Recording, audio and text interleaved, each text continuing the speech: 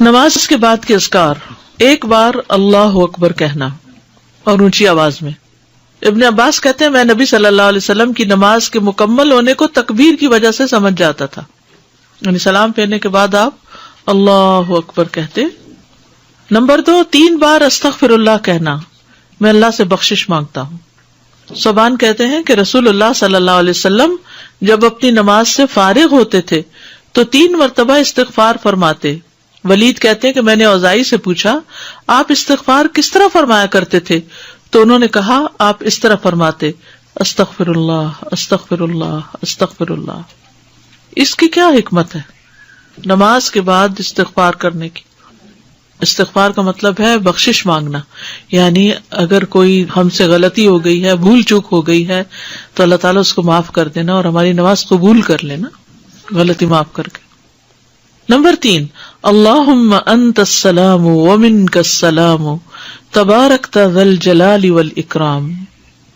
اس کے بعد تسبیحات، 33 بار سبحان اللہ، 33 بار الحمدللہ، 33 بار اللہ اکبر، اور 100 پورا کرنے کے لیے لا الہ الا اللہ وحدہ لا شریک لہ لہ الملک ولہ الحمد وہو علی کل شیء قدیر۔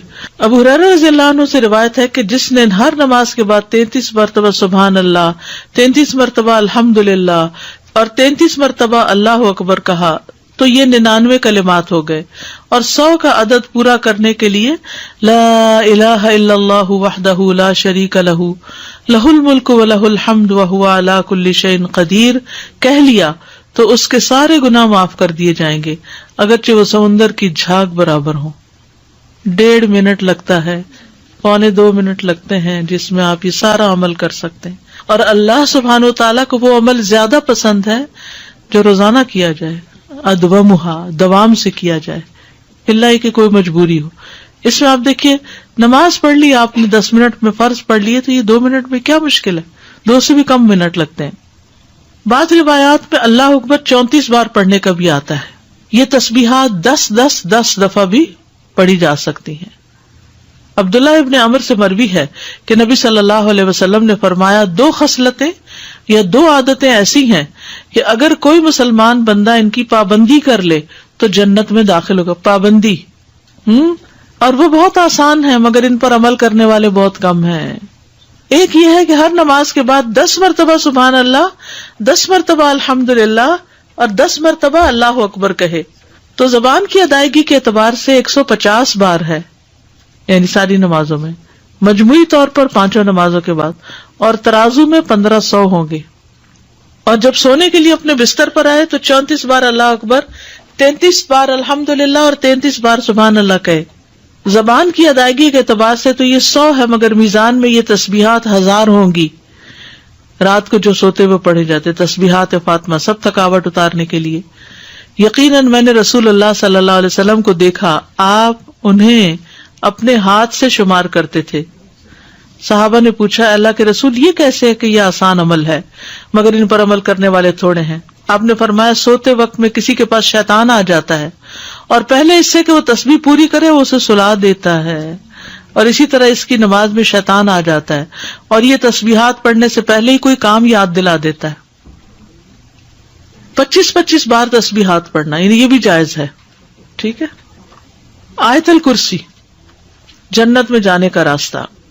رسول اللہ صلی اللہ علیہ وسلم نے فرمایا جو شخص ہر فرض نماز کے بعد آیت الکرسی پڑھے اس کو موت کے علاوہ کوئی چیز جنت میں جانے سے نہیں روک سکتی۔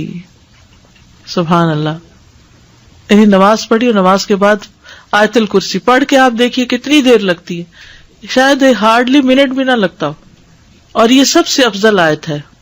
اس کے پڑھنے سے ایک محافظ آ جاتا ہے اور شیطان قریب بھی نہیں پٹکتا، جنات سے بچانے والی آیت ہے۔ یہ وہ آیت جو سورۃ البقرہ میں ہے، اسے کوئی شام کو پڑھے گا تو صبح تک پناہ میں رہے گا، جو صبح پڑھے گا شام تک ہم سے پناہ میں رہے گا، یعنی جنات سے۔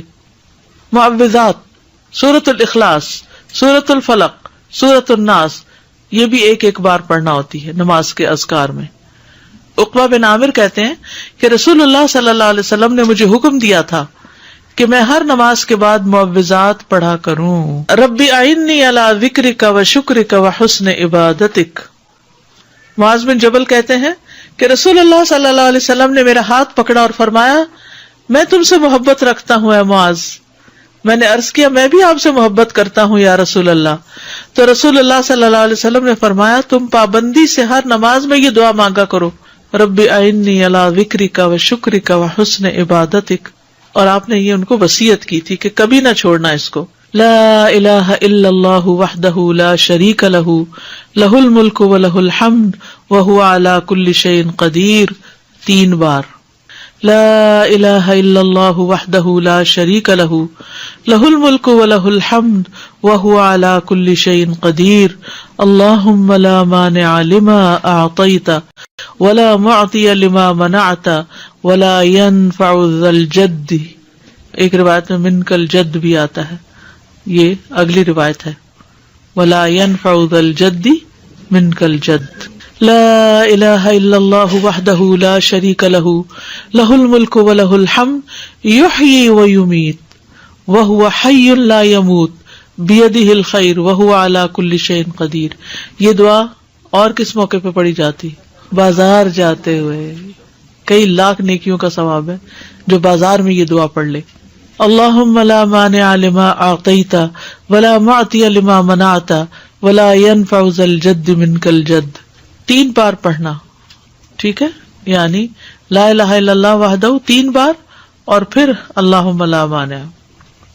لا الہ الا اللہ وحدہ لا شریک لہ لہ الملک و لہ الحمد وہو علی کل شیء قدیر. لا حول ولا قوة الا باللہ. لا الہ الا اللہ ولا نعبد الا ایاہ لہ النعمة ولہ الفضل ولہ الثناء الحسن. لا الہ الا اللہ مخلصین لہ الدین ولو کرہ الکافرون. رب قنی عذابک یوم تبعث عبادک. اے رب مجھے اس دن کے عذاب سے بچانا جس دن تو اپنے بندوں کو اٹھائے گا. پھر ہے اللہم انی اعوذ بک من الکفر والفقر وعذاب القبر. کفر، فقر اور عذاب قبر سے تیری پناہ میں آتا ہوں اے اللہ. پھر اللہم اغفر لی ما قدمت وما اخرت وما اسررت وما اعلنت وما اسرفت وما انت اعلم به منی انت المقدم وانت المؤخر لا الہ الا انت. یہ اگلے پچھلے ظاہری باطنی سب گناہوں کی معافی کا اعلان ہے اس میں. سبحانک اللہم وبحمدک استغفرک واتوب الیک. اچھے عمل پہ مہر لگانے والے کلمات ہیں یہ. یعنی جو شخص کسی مجلس میں بیٹھے پھر اس سے کچھ غلط باتیں ہو جائیں تو جب یہ کلمات آخر میں پڑھے گا تو وہ معاف ہو جائیں گے، کفارہ ہو جائے گی اس مجلس کا. رب اغفر لی وتب علی انک انت التواب الغفور. ایک انصاری صحابی کہتے کہ میں نے رسول اللہ صلی اللہ علیہ وسلم کو نماز کے بعد یہ دعا 100 دفعہ پڑھتے ہوئے سنا. رب اغفر لی وتب علی انک انت التواب الغفور.